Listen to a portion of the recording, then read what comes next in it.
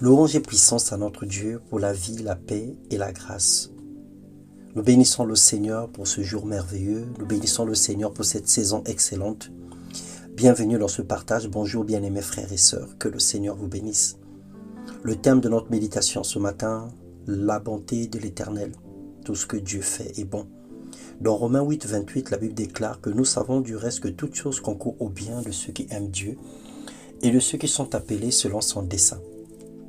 Nous savons également que Dieu voit, entend et sait tout ce qui se passe dans nos vies. Il a la force et la puissance de redonner vie là où il y a la mort. Rien n'échappe à son contrôle et rien n'est impossible à lui.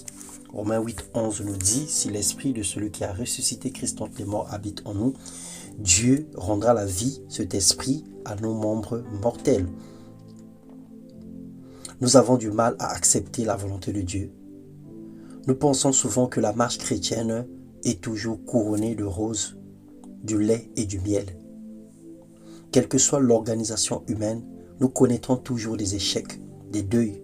Nous serons tristes un jour, nous vivrons une douleur, nous passerons par un chômage, par un célibat, ou même la maladie, la faim, les situations administratives et autres. Ce que nous appelons échec, manque de réussite ou difficulté, pour Dieu, c'est un passage obligé. C'est le chemin de la foi, c'est le chemin de la croix.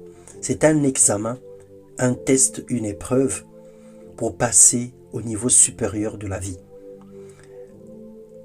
Rendons grâce à Dieu en tout temps. Célébrons Dieu pour tout ce qu'il permet, mal ou bien. Dans sa volonté, il a permis que Joseph soit vendu pour devenir un grand chef en Égypte un jour.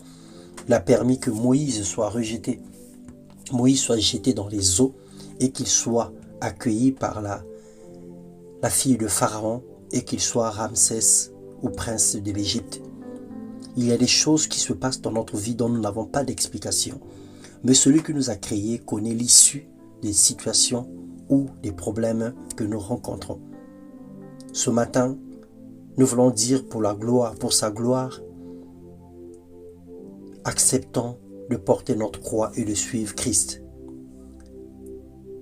Il a laissé mourir à la croix le Seigneur Jésus-Christ pour ressusciter le 3e jour, parce qu'il savait que à la résurrection, il devrait se passer des grandes choses et des choses merveilleuses. Dieu savait également que Lazare meure et soit enterré. Il avait laissé également que Lazare meure et soit enterré pendant 4 jours pour manifester sa puissance et confirmer qu'il est la résurrection et la vie. Pour vivre une vie de puissance, apprenons à louer Dieu pour toutes choses. Évitons de se lamenter, rendons grâce pour tout ce qui arrive, quelle que soit l'issue. En agissant ainsi, nous disons à Dieu, nous disons à notre Père, nous avons compris que c'est ta volonté, fais ce que tu veux. Seigneur, merci pour tout ce que nous n'avons pas. Pour les prières non exaucées, pour les situations stagnantes, pour les difficultés que nous rencontrons aujourd'hui, pour les problèmes qui n'ont pas connu, qui n'arrivent pas à trouver des solutions. Nous te laissons toute la gloire et nous te laissons la gestion dans le nom de Jésus. Que ta volonté soit faite dans nos vies, car tu es l'auteur de toutes choses et que tu es le maître de temps et des circonstances. Amen.